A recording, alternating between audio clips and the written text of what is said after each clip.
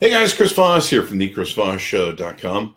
Hey, I've been meaning to talk about this for a while because I went through another similar issue with my diet and my body and dealing with winter and everything else. And I think it gave me some educational info, some feedback that helped me kind of understand what's been going on with my body, et cetera, et cetera. As most of you know, about, what is now a year and a half ago, I went vegan. I started regulating my diet. I hadn't weighed myself prior to my loss until about 30 days in. So I lost somewhere from like 370 down to what became 280 or 290. I think I broke like 289 at my bottom. But what happened to me was when I hit, I think December or January, I started having a lot of problems. For the first time in a winter, I started having problems with functioning. And in looking back now, and of course going through another winter, I can kind of see some of the parallels that went on with both places and some of the changes in my body with age, with diet, and things of those nature. So in January, I believe it was in January, I had reached a point where I was just having trouble functioning. I could not function. And my mom pleaded with me to get off the vegan diet that I was on, the thinning out of food that I was doing. And for the most part, over the last year, since then, I've been kind of half and half, eating half vegan, eating my salads, keeping, good foods in the thing. The other part that was a portion of it was dealing with Abby's pending death and going through that. And so there became some depression eating, some sadness eating. I forget what the right term is for it.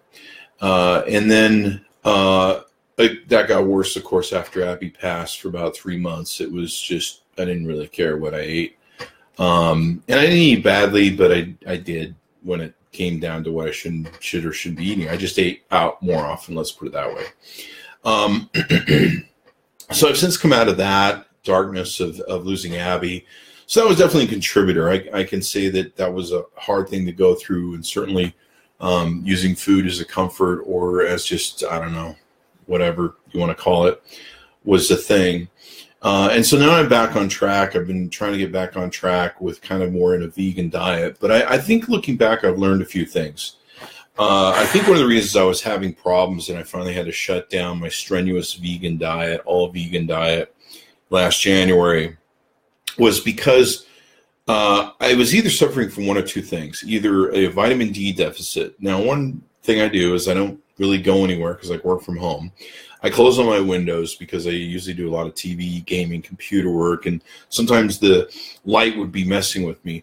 And then recently I kind of found during this winter that I seem to be going through a shortage of thyroid issues. A friend of mine said to me, I started having the same complications this year that I had last year during the winter time. And I do fine during the summer and spring months, but these last 2 winters have been the hardest winters I've gone through, where my body is just really fighting me for some reason, and something's just out of whack and out of balance. So, and I'm sure a lot of people, I'm making this video because a lot of people were probably like, why did Chris quit doing the diet? Why did he quit posting his weight? I was literally shutting down last January. I could not function, and my body was fucked up. I was fucked up. I was shutting down. So I think it was one of two things. I don't know which they are, and it probably doesn't matter much because I seem to have both of them under control. But I think I was suffering from a low thyroid. I think I was also suffering from a vitamin D deficit. A lot of people who work in the computer business and that stay indoors a lot and aren't out in the sun, of course, deal with this. So this winter, again, I went through the period where I was shutting down. I was feeling sick, awful, just feeling lethargic, feeling sick most of the time. And then remembering, hey, last year we bought the humidifier. Let's bring that again. Now, I've never had a humidifier all my life. Never. Just last 2 years. And I guess this is subject to age. Probably the thyroid gland issue is also subject to age as well. So new things you find out about yourself as you grow old. So I think those are two things that really threw me off that diet. Low iodine. And if you remember, I was really leaning out salt from my system. I was completely trying to remove as much sodium from my system. Not sure that was always a really brilliant idea on my part. And there should have been more exercise going on. It really was amazing that I didn't lose all that weight. Now, some things I'm really proud of in this last year, even though I kind of went off the diet and, went up about 10, 15 pounds from my low. But I'm still doing really well considering what I used to be. What's my point? Lost track of my thinking. Does anybody remember what I was saying? Is anybody paying attention? So anyway, one thing I've learned is I've got to maintain a good, healthy vitamin input. I've got to make sure my potassium's really high. That's one thing I've discovered in the last year. I've really got to increase my doses of potassium to offset some of the drinking, boozing, and partying that I used to do. I remember the one thing I was going to say. The one thing I have done that I'm very proud of is I've never gone back to pop. I've never touched a drop of pop ever since whenever I cut that off in May of 2017, or it would have been May of 2016, excuse me. So I've gone a year and a half pretty much without drinking any pop, and I'm very proud of that. I don't have hardly any temptation to do it. Every now and then I'll be like, I should grab a Coke, and no, I don't grab Cokes. So that's good. My eating is still need to get balanced out, but I need to move to a point where I'm doing weights and exercising more and a whole lot more of that stuff. So it was kind of good I went through that thing. But I wanted to give you guys an update on what I think looking back, that leaning so much of the sodium and probably iodized sodium out of my system, and I don't keep iodized sodium here in the house or iodized salt. I don't use that, and I probably should have been using more of that. But I'm pretty sure after the last 2 winters of having these physical shutdowns where I feel sick, where I feel lethargic, a lot of it seems to have to do with vitamin D deficiency, being deficient in my thyroid, or having a kind of lower thyroid thing, partially because of my diet. I've just learned, I've gotten to that age where you've got to take your multivitamins, you got to take all of the, this, that, and the other, and your pile of stupid vitamins you got to fucking take, as I'm sure, a lot of my friends have counseled me to. The other big thing is, I went through a period where I was really sick again this year, just really just having trouble functioning and just feeling just like I had some sort of disease or something. And it was really just, I needed to turn on the humidifier, and it's never affected me as much as it has in these past 2 years. So I had to do the humidifier. So I really think the reason I shut down a year ago, after going through 2 of these winters, and winter seems to be the hardest time for my body. I now see why old people move to warm climates, so they don't have to deal with winters anymore. Is that I had a vitamin D deficiency. And one thing I've recently done in just the last 2 weeks is I said, fuck it. And I started opening all the windows of my house. The windows are open, so the morning sunlight comes in. I'm exposed to the windows of my thing. In the past, I've actually put blockers up on my windows so that almost no sunlight can go through. And one of the cravings I had back when I was fighting to stay on the diet in January at my lowest, and then not do that, I just had this craving for eggs and milk, craving.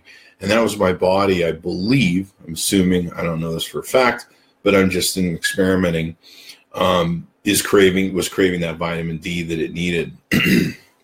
So since then, I've of course increased my medications, my herbs, my intake. Recently, one thing that recently helped me out, I was having some problems with, and this kind of circulates on my dry too. One of the problems I was having was with low thyroid, so I went and got a lot of stuff to boost up my thyroid. But I think some of my thyroid deals with, moving, and then of course the sun and all that sort of good stuff. So that's where I'm at. That's kind of what happened with my diet. I haven't really talked about it because I really didn't understand what the problem was. All I knew was that once I went off my diet, kind of went back to eating fairly normal, not full vegan, that's what it was. But the other thing I want to talk about is looking back on the diet now after a year and a half of starting it. I think a lot of what it was that I lost weight, because I've been seeing more and more this thing about fasting and about going for long periods of time without eating. And I remember the Presto analogy, and I think it's, I can't remember who quoted, so forgive me, whoever did. It might be, I forget his name right now. But part of it is I was just eating like a bird. I was eating hardly anything at all, and I was making sure there was huge space in my meals. In fact, in the morning, I'd go for the longest time that I could on coffee without eating breakfast. And I was drinking a lot of coffee, which I've gone back to. And the coffee I was using as an appetite suppressor, which was working, plus it fires you up. But I think it was more so the sporadic eating or the paced out eating. You're probably seeing books and stuff about people talking about how we don't eat as much. We shouldn't eat as much because it fools our body into storing stuff. And I remember in the Penn Jillette's Presto book, he talked about how one of our problems is we're eating for a winter that never comes. There used to be, in the old days, we would have to, like bears, store up our food into our bodies and our fat storage so that we could survive the winters, because we live off of plants and berries and fields and nature. And in the winter, in certain places, a lot of that wasn't available. So we had to, suck up enough food to store in our fat cells to survive the winter. That's actually the purpose of why we store fat, is to get us through that thing. Well, we prepare for a winter that never comes. It never comes for us. I mean, it never even gets freezing cold in our house because we always have, year-round room temperature, springtime sort of weather inside of our home. So our body doesn't need to fight through the winter. And when you really think about it, that's what we do. We eat for taste, and we eat for a winter that never comes. And why are we storing that food? So I know I said a lot of stuff about how I believe that the one thing that was making me lose weight or helping me lose weight was going vegan. And I do think that's a large part of it. But I also think more, maybe 25% of that, 30% of that was the fact that I wasn't eating as often. And I was eating a long time before I go to bed, and I go to bed hungry and everything else. And so I think that spacing of the eating was really the key thing. Eating small portions was a big thing too, not eating a lot. Because if you give your body too much food that it doesn't need, that isn't going to burn, it's going to store it. Or I guess it's going to get rid of some of it. But for the most part, it's going to store it because it goes, hey, we need to save this for a winter so that he'll survive. Probably doesn't help that I kind of look like a giant bear. And in the morning, I'm kind of a giant bear. So I'm probably hibernating. In fact, these last 2 winters have made it so I really feel like I should probably just hibernate through the fucking winter. I probably would if I could, actually. It doesn't sound like that bad of an idea. Can I hibernate through the Trump presidency? Is that possible? Someone can put me in one of those 2001 comas where I'm in a light year space capsule and I'm in a hibernation orbit for the next 3 years. Is that possible? I'd love to do that. So anyway, that's what I think it was. I don't take any caffeine pills. What I did, Cody, is I switched to coffee. And I never really was a big coffee person, but I got a great machine from a friend. Now I have a great machine from Gourmia. Of course, I've got the AeroPress. But I drink coffee a lot. I like it. What's interesting too, Cody, is once you quit drinking that sugar, you get out of this crack heroin junkie relationship with that sugar that's in that pop. If you've ever seen how much sugar's in a Coke, when you dump it in your system, I've seen I had a girlfriend once that I played stepdad with her kids as we were engaged. And every night she used to give her daughter, who was like 5 years old, a can of Coke.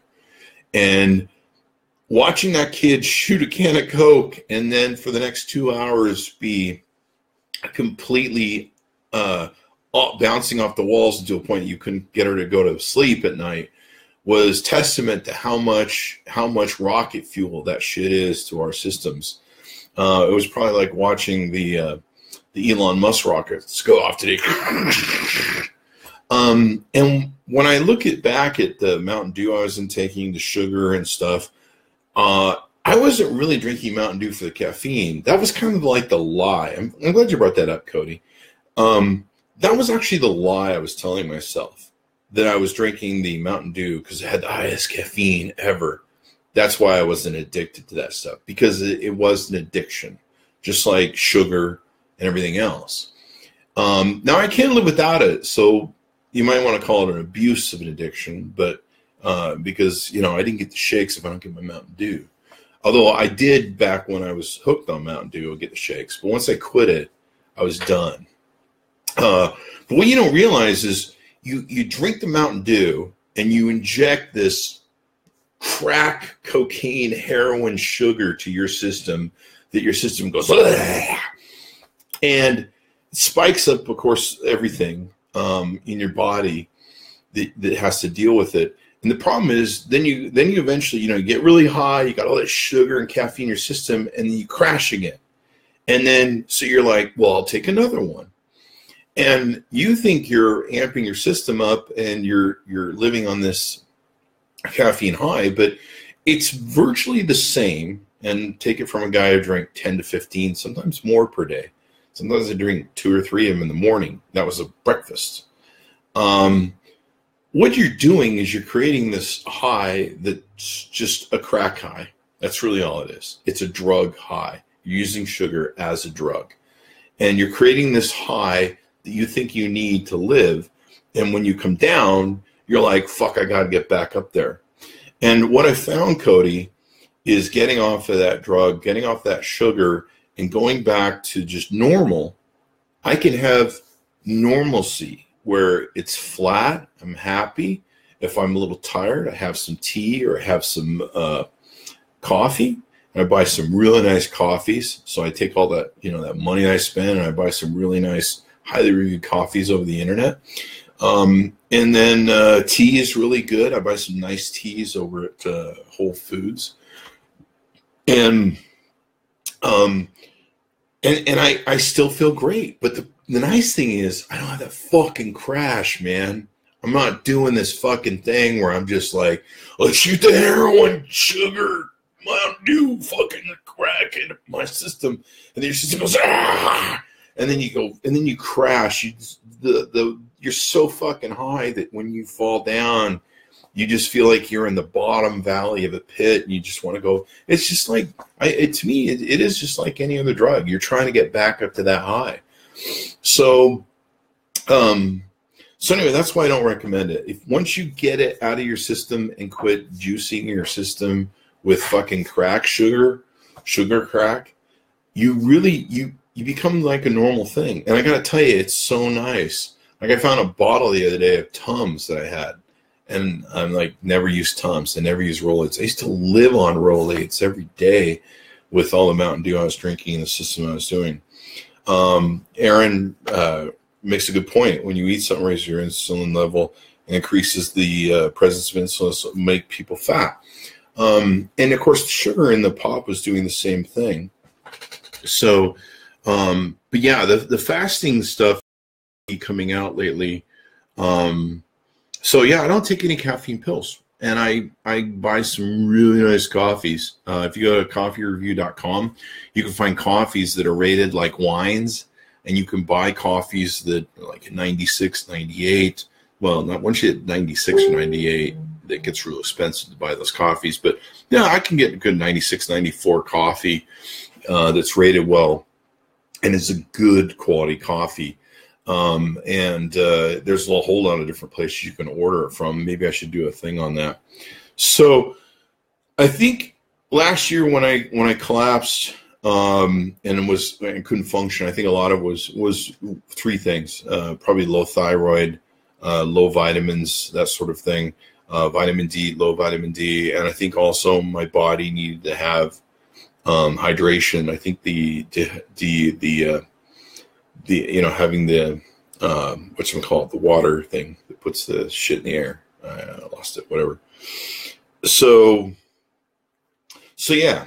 So eating more normal. So what I'm focused on now, as I'm trying to get back on track, is I'm still trying to stick with my large part of my vegan diet. I moved to salads though that have like a yogurt sort of dressing on them. There's a little more fat in there. They're bad. I've kind of realized that I can't go to the full extreme of not only starving myself, but allowing me not to have things that are going to fuck up my thyroid. They're going to fuck up my vitamin D. I got to keep the windows open, get sunlight, movement, all that sort of good stuff. So that's kind of what it seems to be that I've realized, especially now that I've come out of summer. Now I'm feeling fine. I'm feeling good again. I think last week and a week and a half ago, I turned off the humidifier. I couldn't remember what it was earlier. And I feel fine now. But I've opened up my windows. I'm taking my low thyroid herbs. And everything seems to be working fine. So I'm pretty happy about how things are going right now. Like I said, very happy I'm off the pot. Or not the pot. Very happy I'm off the pop. The one other thing I did get rid of, although I dabble here and there and go back to it, and then after a good hard night of hangover, you go, this is why I quit. But I've kind of moved to a point where if I want to have a drink, I try and stick with beer, try and stay away from the hard vodka and liquor. At my age, your body just doesn't recover. I can tell. Like, even if I don't drink a lot, I can just, for like 3 days, I can just tell that I drank a bunch of vodka and my body's just still processing and dealing with it, trying to get the poison all out of my system. And it seems to take a couple of days to get out of the whole workings of everything. So I moved to pot. Pot's really good. It's an edible pot, so I'm not smoking it or abusing my lungs. Pot I use mostly for pain medication or just relaxing. I don't really get sort of a fun high off of pot. I do laugh every now and then, but I don't seem to enjoy it as much as other people do. I enjoy a drinking high, but there you go. And I do have to tell you that getting off the vodka and getting off a lot of the beer has also helped with the spiking of the sugar, because there's a lot of, your body turns some of that sugar, from my understanding. And so that's made things a whole lot more cleaner. You don't wake up with a hangover. You don't have to hydrate quite as much with pot. Although it's important to have some water, because when you're high, when you go dry. That sounds like a t-shirt. So anyway, that's where I'm at. That's what happened with the diet a year ago. And I had to go off it because of what was going on with Abby. Abby's thing was just too stressful. I was leaning myself out. And then after Abby's death, there was a lot of grief eating. That was the term I was looking for, a lot of grief eating. You don't really give a shit about anything, and that's fine. You go through a space of grief, and you've gotta go through those steps, if you will. So that's what happened to me over the last year and a half. So I'm going to try and get back on the thing. Only we're going to try and incorporate more exercise, more working out, and everything. But we're also not going to try and lean it so far out with the vegan thing. Today I went shopping. I bought eggs, milk. I also, brought broccoli, artichokes, oranges. I'm still trying to stay away from a lot of processed food or overly processed food, or what you would call dead food, because it's either frozen or whatever. So I'm still trying to stick with live foods. Obviously I'm not vegan because, I'm drinking milk and eggs, whatever the hell else. But I'm still kind of holding that borderline. It's trying to stick to live foods, not dead foods. Little meat's okay. Little milk's okay. Little eggs are okay. And I think one of the things, like I said, when I was having the vitamin D deficiency and the low thyroid, or what I think is low thyroid, moving to eggs and milk got me back straight again. And Mom's like, you got to get off that diet. It's killing you. And I was doing a lot of stupid stuff. I wasn't taking the right vitamins, wasn't taking any vitamins really. And you know, at my age, you've got to do that. So that's where I'm at, and that's where that is, and that's the cap of what that happened after going through it again this winter. I've just got to make sure and get outside or keep the windows open, and try and exercise more and watch what I eat and try and eat clean, unprocessed foods, and do that. So I'm trying to get back on that case. The other thing was a lot of the food that I was eating, and I've noticed this over the last year, was I was eating very small portions of food. And I would eat a small portion of food, wait 4 or 5 hours, and then come back and eat more food. And I was drinking a lot of coffee, and I drink a lot of coffee throughout the day. And so I've been doing that more with the Gourmet, where I've been drinking more coffee and trying to really look at what I'm eating and how much I need to eat, et cetera, et cetera. So so those of you who heard me, I guess the message I want to convey here too is those of you who heard me say, well, I lost the weight because I went vegan. I think a portion of that, a good percentage of that, was that there was spaces between how much I was eating. I was eating small portions, and I was going long periods of time without eating at all. And I think that was an important part. I'm seeing stuff now where people talk about, you know, going for longer periods. In Penn Jillette's book, he talked to Presto about going as long as you can without having to eat. And so I think that's important, get away from snacking and all that good stuff. And as I look back to what I was doing back then was, you know, not eating very often. So I think that's a big factor of it. And I need to get back to that. So there you have it. So that's what I think happened to me. The obesity code, you don't have to be fat or benefit from reading the book. Yeah, there just seems to be the biggest challenge that I think that frustrates a lot of people, and I know I struggle with, is there just seems to be so many different people who are like, well, if you do this, well, if you do that, if you do this, you'll be fine, you'll do that. And we're all really different, especially in our genetics and stuff. And I don't know what the answers are. I don't pretend to. I'm just always sharing you what's going on with me, what I think works. Maybe I'm wrong about what works. And that's just what I'm doing. It's being transparent with you guys on what my journey is. And now I'm being transparent on what happened in January. I didn't really talk about it at the time when I went offline. I remember talking about how I was really struggling health-wise, and a lot of people said, you know, get the humidifier. Maybe you should change your diet a little bit. And so I went off the diet. One other thing that didn't help me was I was really enjoying that Withings app, and Nokia bought Withings and just fucking wrecked the app, just turned it upside down and made it into shit. And so it wasn't fun to even monitor my weight anymore. I still have my Withings scale and I really like it. And I've been trying to get back to getting on that scale every day because it's a real important feedback thing in letting you know how your weight's doing and what's actually going on. In fact, I was nicely surprised that I hadn't gained as much weight back as I thought I would. You know, I've talked to so many people when I was losing weight that are like, well, my wife is 400 pounds. She lost 100 pounds and then she gained it all back again. So I'm really thankful I haven't gained it all back again. And when you really look at how I used to eat, you can see why I haven't gone back to eating that way. I'm not eating fast food all the time. I'm not living off of Stouffer's frozen dinners. I mean, I was living off anything in the frozen section, in the TV dinner section, because I'm a single guy. And, I'm still using the skills that I learned to cook stuff and make stuff and to cook for myself and to stick with live foods that have live cultures that haven't been deadened by either freezing or they're just dead foods, really, when it comes down to it, over-processed mulch, if you will. So that's kind of where I'm at after a year. So I'm trying to get back on track, trying to weigh myself every day, get back in the habit of it. In fact, I put my scale in the downstairs bathroom, which I rarely go into unless I'm downstairs. And I realized that leaving it there out of sight and out of mind was like a stupid idea. So I just moved it last week up into this other area so I can kind of keep an idea as to what's going there. But I'm really proud of the fact that I've kept most of the weight off in the last year and a half.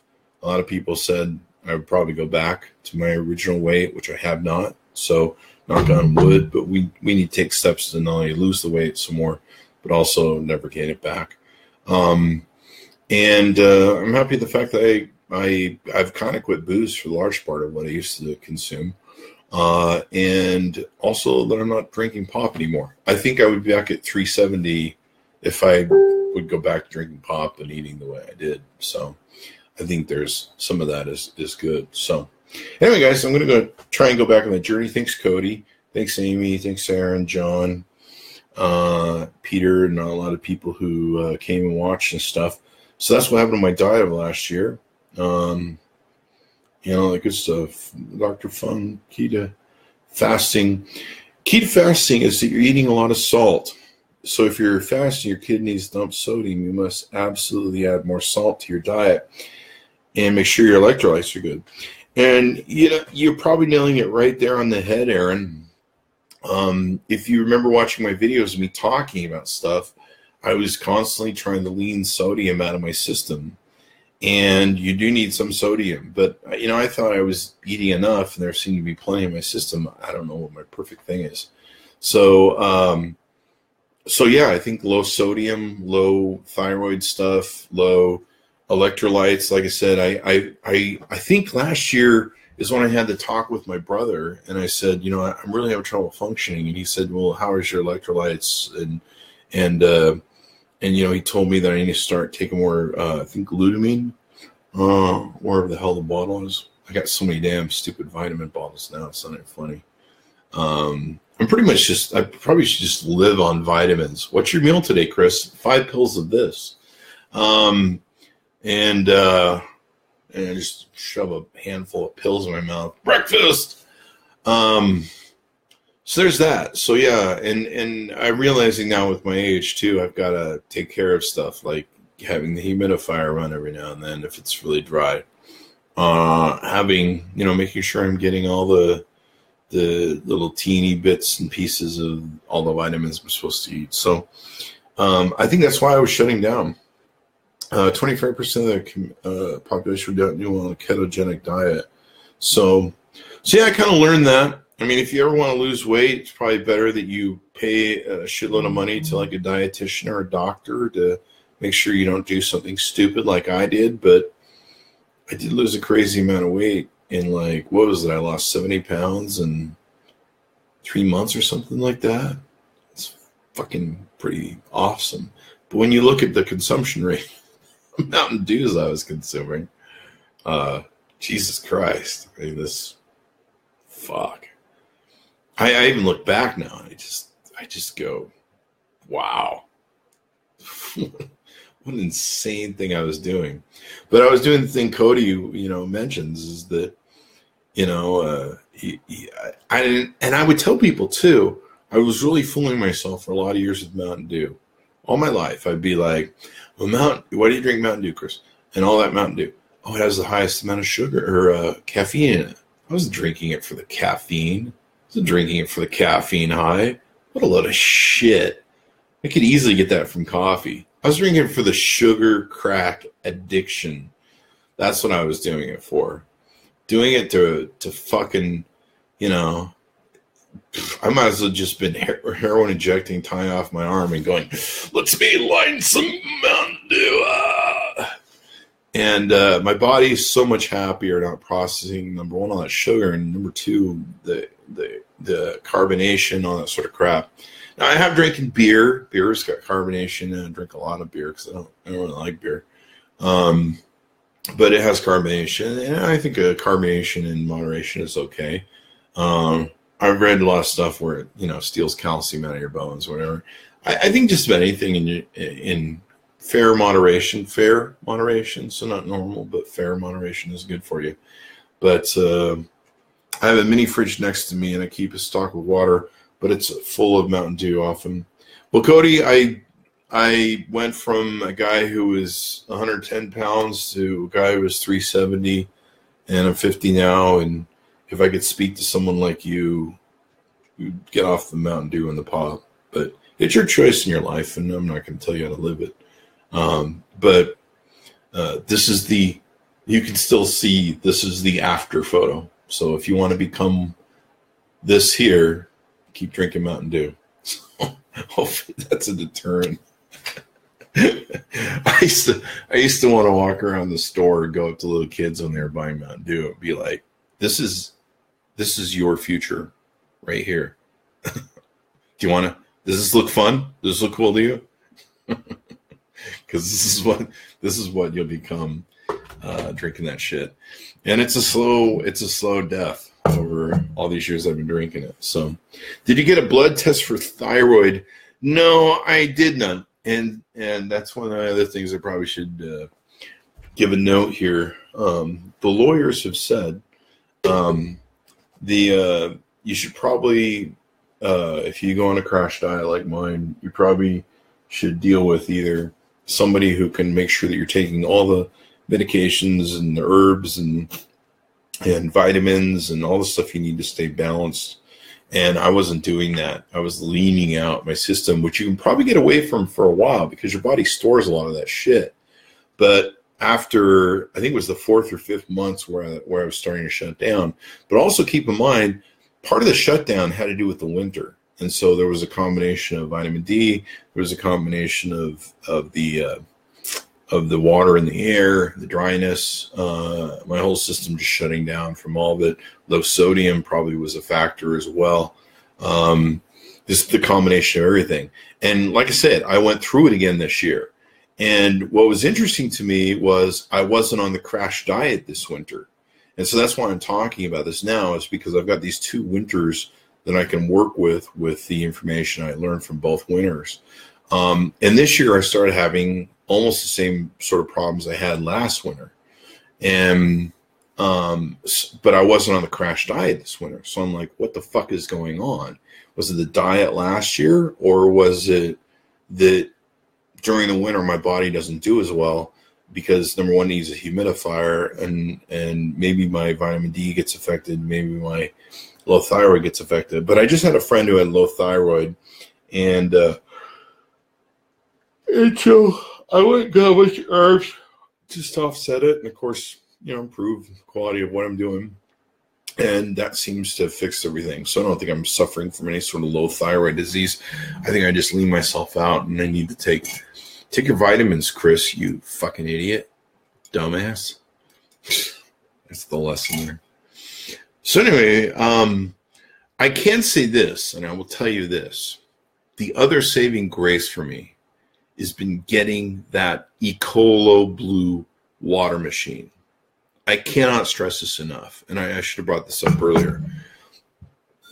I got, who was it that sent this to me? Pelican, that we review a lot of cases and stuff. They sent me this picture to review, and it's actually like it's got a stainless steel interior. It's kind of like the thing your dad used to have when he used to go to work at the mill and shit. And it's got like the lid. Where's the lid here? It's got the lid there, and you carry it around and stuff. But this thing is so awesome from Pelican, and it's got a stainless steel interior, and the way it's designed is basically it'll keep my water cold for up to 24 hours. Usually it's about 20 or half a day or whatever, but it keeps it nice and cold. In fact, wow, that's still tasty and cold. It's been sitting here open for all day long. So however they built it, it keeps my water cold. But having that water machine downstairs, the Ecolo Blue water machine, it's got reverse osmosis, which I think is a huge key. So if you have reverse osmosis in your house, you probably got a good thing going on. And I know they're expensive to put into homes. But it's got a bunch of mineral stuff and all those sort of things. But the cleanliness of the water that it gives me is what's kept me off a pot and drinking water this whole time. And it also makes just beautiful, rich coffee, which is one of the things that helps me keep me on coffee. It makes great teas. It's great in everything. So having this great water that tastes so good. I mean, the water tastes so good that comes out of the Sokola Blue machine is so good that if I go drink tap water or even it just tastes like I'm drinking sewer water. It's just so nasty. This stuff is so good. Even though when I drink bottled water, I can tell it just tastes awful compared to what comes out of this machine. And I don't think you necessarily have to buy an Ecola Blue machine. Although I'd highly advise it. I think it was like $1,800 for the thing. But having some sort of good water around you in a plentiful source that doesn't run dry on you. I have to put water in the machine for it to filter. But it's not a place where I can hook it up behind the fridge in this house. It just doesn't work well in the kitchen. So I have to manually put water in where normally you can hook it up to put a city line in it. But having that water source is really, really important. And I think that's another factor as to why I haven't gone back up in weight is because I've stuck to water. I'm drinking healthy water. I'm hydrating with healthy water and everything else. And your body just feels so much better for it. So, yeah. So, Cody, you might want to look at the quality of water that you have and how much you're drinking. And Cody, let me also tell you one thing. I'm not telling you how to your life or telling you what to do. So just take this as advice for what it's worth. But the one thing I learned, one of the more important things I learned from losing weight, being on that diet, is if it's in your house, it's in your mouth. If it's in your house, it's in your mouth. So the key to not drinking and eating shit food is don't buy it in the first place. Don't bring it home. And you're probably like me, a lazy American, where if I'm sitting around my house and there's no pop here, but there's plenty of water and there's some coffee, you go, why don't you get me a bag of Doritos and a Mountain Dew Ice? I saw that commercial on Super Bowl. And it made me think about how much Mountain Dew I used to drink. And Doritos. Although I ate the Doritos. Just so you don't misunderstood that I was not drinking Doritos. I don't know why anyone would think that. It just sounded funny. So the thing is, if you don't bring it to your house, you'll be fine. So like I'm fine. If I don't bring a bottle of vodka home, I'm not going to drink any bottle of vodkas. And usually I'm too lazy to go to the store. So it's like, you want to have some vodka tonight, or do you just want to go to bed and not wake up with a hangover? No, just go to bed and not wake up with a hangover. I'm too tired to go mess with the store.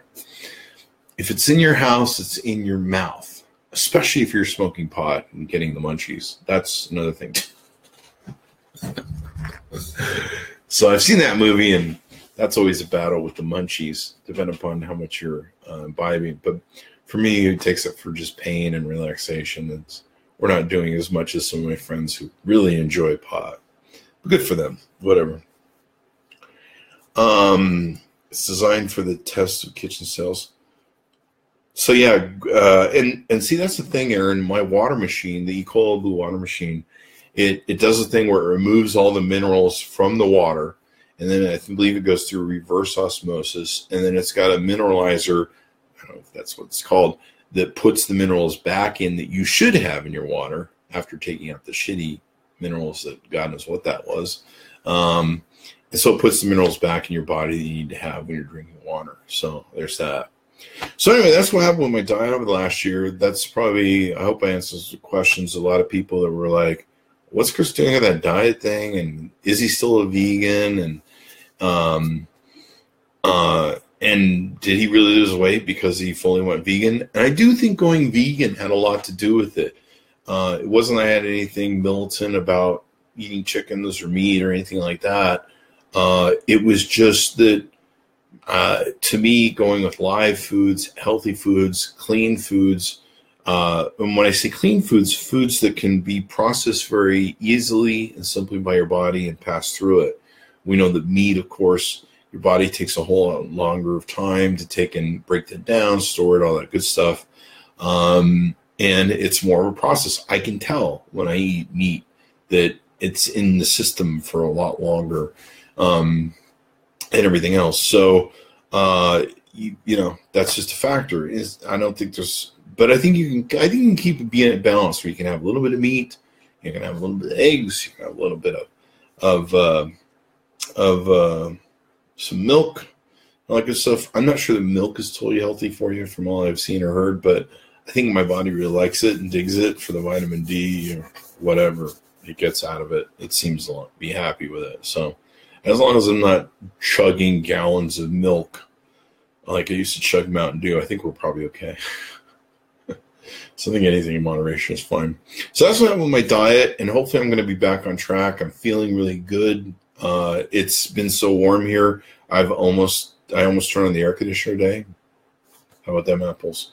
So, and I'm feeling good. The humidifier's off. I don't feel like I need it. I'm taking all my vitamins, so we'll see how it goes from here on out and everything. So anyway, guys, thanks for following me on my journey through all that shit. And hopefully we'll get a new dog here in this next year. I've got to go to California and get one. I can't find one here. There's no litters really being born. It seems like every time I find a Siberian puppy, it's a male, and it doesn't quite have the mask I want, and they want double the price and go to California. And here it's just, it's just like one guy will have a litter on Craigslist, and you're just like, really? There's no more litters? But I look on Craigslist in California, and there's like 50,000 dogs I can get for half the price I can pay for here. I can get the females I want. I can get the nice mask I want. And I really do want a gray and white one. I've had the brown and white. I've had the black and white.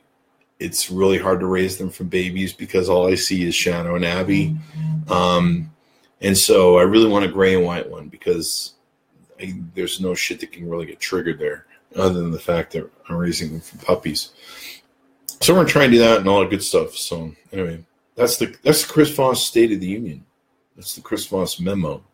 I'm so sick of hearing the word memo, as you guys probably are too. So I'm going to go back to drinking my water and drinking my fine, well, it's all gone, my fine coffee here that my wonderful nieces and nephews gave me as the best uncle ever for all the swag they get from me. And coffee and water and nice healthy tea. Tea's really good too. What's the tea that it's that I buy that yellow bag tea that's real popular. It's at Whole Foods, Guama, Kama, whatever. Anyway. So anyway, guys, should I clap or I'll be treason? Aaron, I was going to make that admission today that I am also treasonous because I did not clap or stand up during the presidential State of the Union. I did go into the smallest room in my home, sit down, and think really hard about passing a Donald Trump, which I did, and then I flushed. And that's about the length of the thinking that I do about the orange butthole. I don't know, whatever. So yes, Aaron, I am treasonous with you, and we are all Benedict Arnolds who support the Constitution of America. So there you go, guys. Anyways, I love you all. Thanks for supporting my journey, and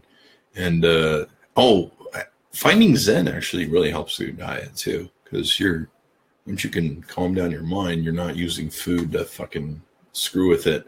And half the time if you're eating shitty food, it's screwing with your mind and your body and everything else. So anyway, I'm going to test some more about eating smaller portions and not eating as much, and often get back to that. And I think that was a big thing. The spacing out and the fasting of food and stuff, and not eating to prepare for a winter that never comes. So hopefully I can get this on track before I hit next winter. And next winter, I'm moving to fucking Africa. Fuck this cold fucking bullshit. I'm so fucking over this shit. You make fun of old people. You're like, yeah, you guys moved to summer home, winter homes. And you guys, like in Utah, everybody who, when they got old, would move from Salt Lake to St. George.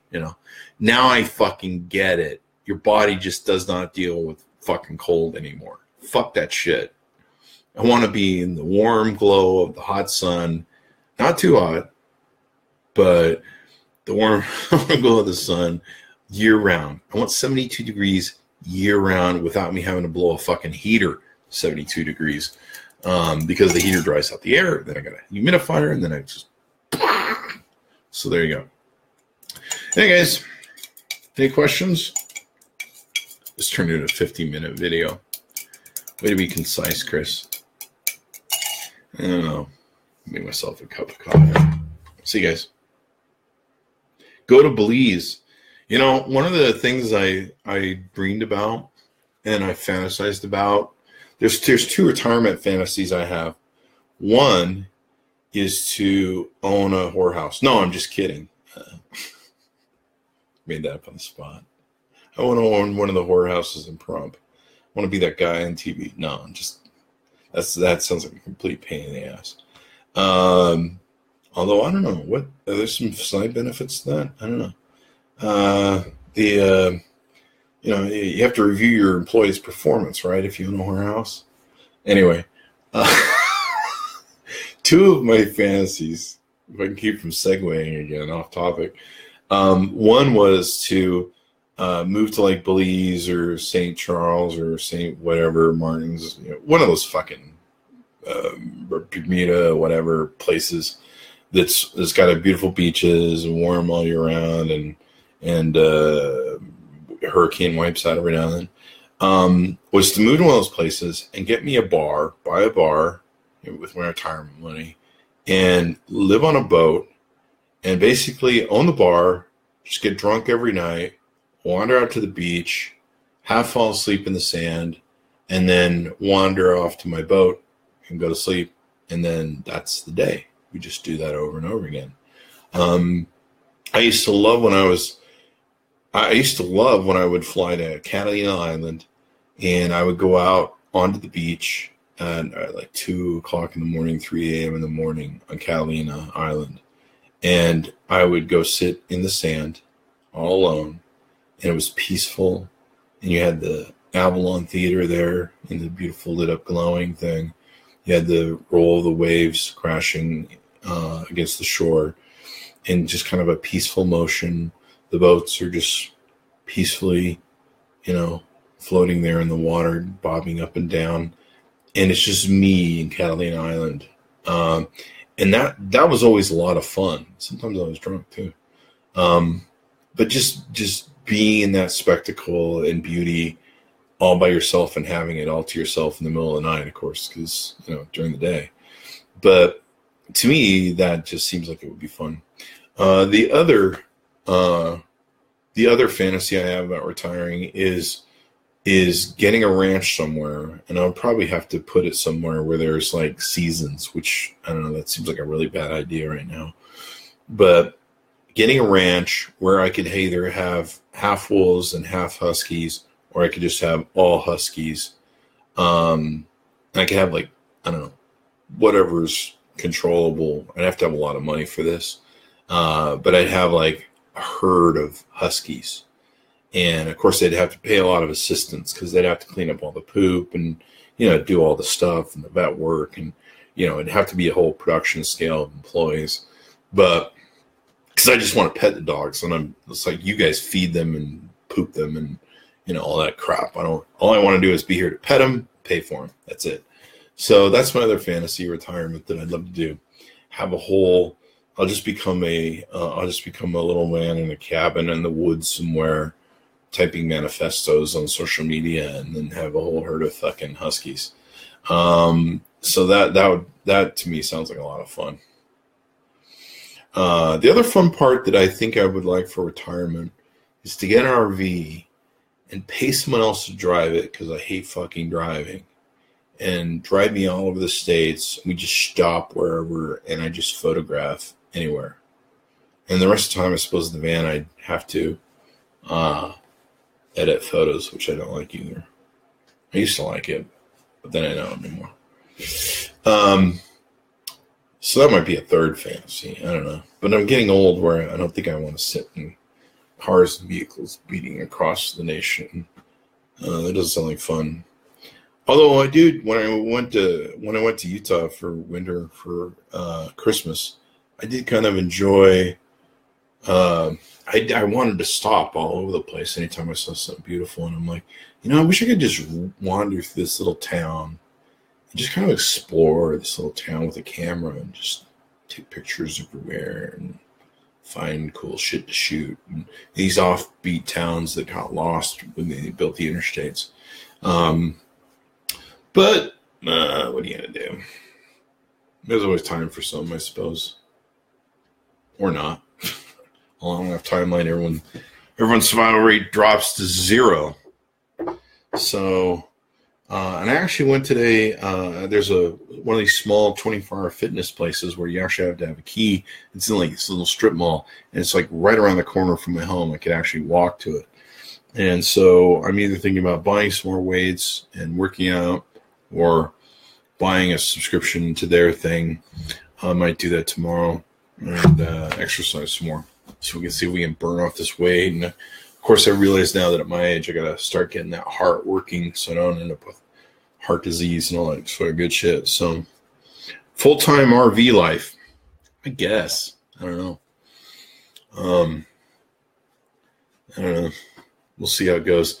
I could probably handle the RV life if I get somebody else to drive the fucking vehicle.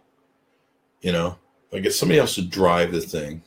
That's what I hate. I hate dealing with people on the road and stupid people driving vehicles. I just like be in the back, being on the internet, doing my thing, camping out at places, have a couple huskies so they enjoy it. That'd be fun. Just the driving part I do not like. And I don't like driving for like 8 fucking hours or 7 hours to someplace. I just should like wander from like town to a town to a town, and then just go through that town and take like lots of pictures. And I'm not talking about normal towns like LA. Although LA is fun. If you go into the old downtown, the old part of LA, there's a lot of great photography, a lot of great stuff down there, a lot of great Art Deco stuff from like the 20s. There's old theaters that have closed. There's a lot of great stuff downtown in the old part. And the new part, you can photograph that as well, but for me, it just doesn't spark my interest. But I watched my friend Jason Ellie recently. He went through, they went through Highway 66, starting in Santa Monica, driving through the South to Alabama. And that looked like a lot of fun. That looked like a real hoot. So anyway. So that's what I'm thinking about doing. That's what happened with the diet last year. That's why I went off it. Yeah, why you don't hear much about it is because I knew that I'd gone off it, and I kind of had to because I wasn't functioning. I was just shutting down physically every day. And my mom pled with me. She's like, "Get off the diet. You're killing yourself." So I got a hair there. So anyway, that's what happened with it. And after going through 2 winters, it looks like, I need to either make sure I have a humidifier every winter and I'm on all my herbs, whatever, vitamins. And that I need to move to fucking Belize. Anyway, guys, if you're not watching and subscribing to the Chris Voss Show.com podcast on iTunes and Google Play, make sure you go over there. We're trying to get to a point where I do daily podcasts every single day. We're still covering some tech, but it's mostly business and entrepreneurship. And I think I'm just going to start doing one every day, whether I have a guest or not, just to talk about the stuff during the day. I'm going to try and stay away from politics, but I may talk about the politics of stuff like Steve Wynn resigning today and what that's all about, and different issues or topics or things that happen in the kind of the entertainment news, if you will, sort of thing, as opposed to talking about the T word, which I'm tired of talking and hearing about, which I'm sure the rest of you are as well. Anyway, guys, thanks for your support and love, and take care, and I'm out. Bye-bye.